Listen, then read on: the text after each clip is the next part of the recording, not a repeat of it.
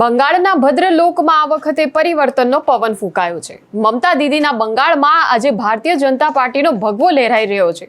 ત્યારે વાત કરીશું કે ભાજપની આખરે એક એવી ફોર્મ્યુલા હતી જેના લીધે મમતા દીદીના 15 વર્ષના શાસનને ઉખાડી ફેંકવામાં ભારતીય જનતા પાર્ટીને આખરે સફળતા મળી.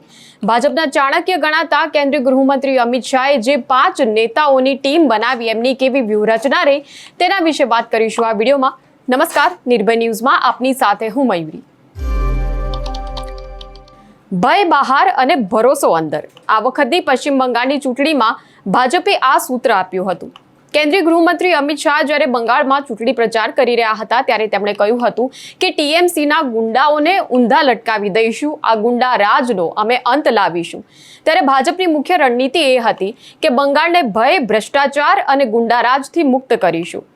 સુનિલ બંસલ, ભૂપેન્દ્ર યાદવ, દિલીપ ઘોષ, મંગલ પાંડે અને બિપ્લબ કુમાર દેબ. વાત સુનિલ બંસલની પહેલા કરીએ તો સપ્ટેમ્બરના મહિનાથી જ બંગાળમાં તેઓ ફરી રહ્યા હતા. સતત બૂથ લેવલનું પ્લાનિંગ કરતા રહ્યા. તેમને સંગઠન મહામંત્રી બનાવવામાં આવ્યા હતા. ત્યારે સુનિલ બંસલે આ વખતે પશ્ચિમ બંગાળની ચૂંટણીમાં સૌથી પહેલું કામ એ કર્યું કે ભાજપના બૂથમાં જે ટીએમસીના માણસો બેઠા હતા તેમને ભગાડવાના હતા. ચૂંટણી માટે ભાજપનું સંગઠન કેવા પ્રકારનું હોવું જોઈએ તેની પણ જવાબદારી પોતે લઈ લીધી. એવા લોકોને ટીમમાં સામેલ કર્યા કે જે ગ્રાઉન્ડ લેવલ પર કામ કરવામાં અનુભવી હતા. વોટ્સએપ ગ્રુપ અને કેમ્પેઇન શરૂ કર્યા. અને મહત્વની વાત એ હતી કે બાંગ્લાદેશમાં હિન્દુઓ પર જે અત્યાચારો થઈ રહ્યા હતા તેના વિડીયો તેમણે ઘરે ઘરે જઈને બંગાળમાં રહેતા હિન્દુઓને બતાવ્યા અને હિન્દુ એકતાના મુદ્દાને મુખ્ય સ્ટ્રેટેજી બનાવીને સતત લોકો સાથે સંપર્ક કરતા રહ્યા. આ વખતની ભારતીય જનતા પાર્ટીની રણનીતિ એ હતી કે મમતા બેનર્જીને સીધા ટાર્ગેટ નથી કરવાના, પણ મમતા બેનર્જીના ટીએમસીના જે ધારાસભ્યો હતા તેમને નિશાન બનાવવાના છે અને તેમના વિરુદ્ધનો માહોલ લોકોના મનમાં ઊભો કરવાનો છે. પશ્ચિમ બંગાળની તમામ વિધાનસભાઓમાં ભાજપના કાર્યકરોએ સતત જનસભાઓ કરી.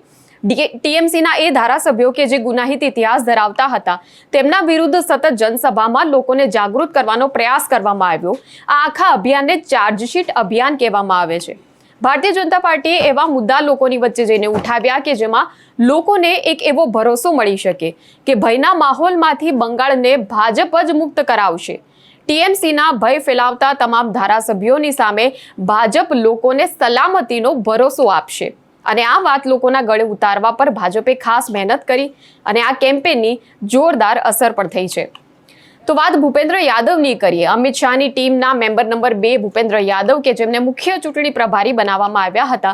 હરિયાણા અને મહારાષ્ટ્રની ચૂંટણીમાં ભારતીય જનતા પાર્ટીને જે જ્વલંત સફળતા મળી તેનો પણ શ્રેય ભૂપેન્દ્ર યાદવને જ જાય છે. કેન્દ્રીય ગૃહમંત્રી અમિત શાહના ખૂબ જ ખાસ અને તેમનું સીધું રિપોર્ટિંગ અમિત શાહને રહેતું હતું. આ વખતની ચૂંટણીમાં તેમણે ભારતીય જનતા પાર્ટી તરફથી જે ઉમેદવારોને મેદાનમાં ઉતારવાના હતા તેના પર મહેનત કરી. ઘરે ઘરે લોકો સાથે બેઠકો કરવાની એક નવી જ સ્ટ્રેટેજી અપનાવી હતી. તો ચૂંટણીના મહિનાઓમાં બંગાળના મોટાભાગના ઘરોમાં ભાજપના કાર્યકર્તાઓએ ઘરે ઘરે બેઠક કરી 1 લાખથી વધુ આ પ્રકારની બેઠકો યોજાઈ હતી. 12,000 જેટલી નુક્કડ સભાઓ થઈ હતી.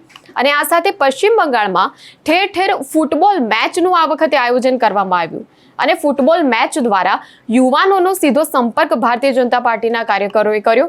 આખા દેશમાં જે રીતે ક્રિકેટ પ્રત્યે લોકો ખૂબ જ લાગણીશીલ જોવા મળતા હોય છે એવી રીતે બંગાળમાં ફૂટબોલની રમતને લોકો ખૂબ જ પ્રેમ આપે છે. ત્યારે ફૂટબોલની રમત દ્વારા ચૂંટણી પ્રચાર કરીને બંગાળના યુવાનોની નાડ પારખવાનો પ્રયાસ કરવામાં આવ્યો. તો ફૂટબોલ મેચનું આયોજન કરવું એ એક પ્રકારે એન્ટ્રી પોઈન્ટ હતો કે જેના દ્વારા ભાજપે બંગાળના યુવાનોના મનમાં શું ચાલી રહ્યું છે તે જાણવાનો પ્રયાસ કર્યો. તો યુવાનો માટે યુવા શક્તિ ભરોસા કાર્ડ જેમાં નોકરી અને રોજગારીની વાતો હતી. મહિલાઓ માટે માતૃશક્તિ ભરોસા કાર્ડ લોન્ચ કરવામાં આવ્યું જેમાં મહિલાઓ માટે સહાયની જાહેરાત તો કરવામાં આવી જ હતી, પરંતુ દુર્ગા શક્તિ બલની જાહેરાત કરવામાં આવી કે જે ખાસ કરીને મહિલાઓની સુરક્ષા માટે સમર્પિત એક પોલીસ દળ હોય અને જેમાં પોલીસ અધિકારીઓ જે છે એ મહિલાઓની સુરક્ષા માટે જ કામ કરશે. આ પ્રકારના વાયદા અને વચન ચૂંટણીમાં ભારતીય જનતા પાર્ટી દ્વારા આપવામાં આવ્યા હતા. દિલીપ ઘોષ એટલે અમિત ઘોષની ટીમના 3જા મેમ્બર કે જે પશ્ચિમ બંગાળનો એક સ્થાનિક ચહેરો છે અને સાંસદ પણ રહી ચૂક્યા છે.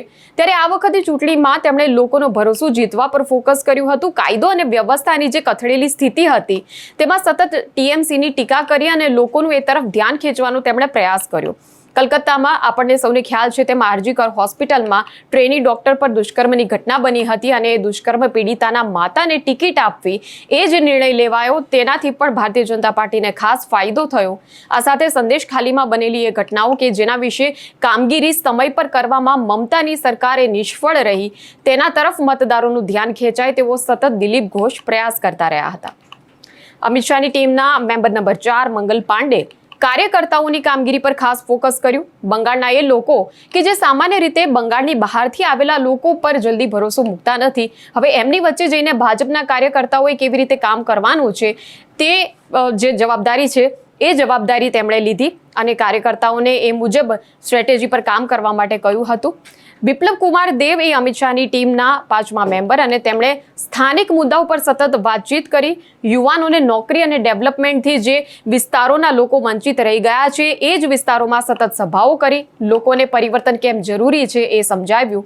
બેરોજગારી અને બંગાળમાં જે લોકોના પલાયનનો જે મુદ્દો છે એ પલાયનનો મુદ્દો પણ તેમણે ઉઠાવ્યો હતો અને આ મુદ્દાને કારણે પણ ભારતીય જનતા પાર્ટીને મોટો ફાયદો થયો. જે રીતે બિહારમાં મોટી સંખ્યામાં જે મજૂરો જે છે અન્ય રાજ્યોમાં જઈને મજૂરી કરતા હોય છે એ જ પ્રશ્ન બંગાળમાં પણ છે. મોટી સંખ્યામાં SIRની જ્યારે કામગીરી થઈ એના પછી પ્રવાસી મજૂરો કે જે સુરતથી મોટી સંખ્યામાં પશ્ચિમ બંગાળમાં પોતાના વતન પરત ફર્યા હતા વોટિંગ કરવા માટે, તેમને પણ ભારતીય જનતા પાર્ટીના સતત કેમ્પેઇનમાં તેમને એક હિસ્સો બનાવવામાં આવ્યા અને તેમના મુદ્દાને મહત્વ આપવામાં આવ્યું, જેના લીધે આ પ્રવાસી મજૂરોને પણ ભારતીય જનતા પાર્ટીમાં એક પરિવર્તનની આશા દેખાઈ. તો આ એવા મુદ્દા હતા અને આ એ રણનીતિ હતી કે જેના કારણે આ વખતે મમતા દીદીના ગઢના કાંગરા ખેરવવામાં ભારતીય જનતા પાર્ટીને સફળતા મળી છે. ત્યારે આ વિષય પર તમારું શું માનવું છે ચોક્કસપણે કમેન્ટ સેક્શનમાં અમને જણાવશો.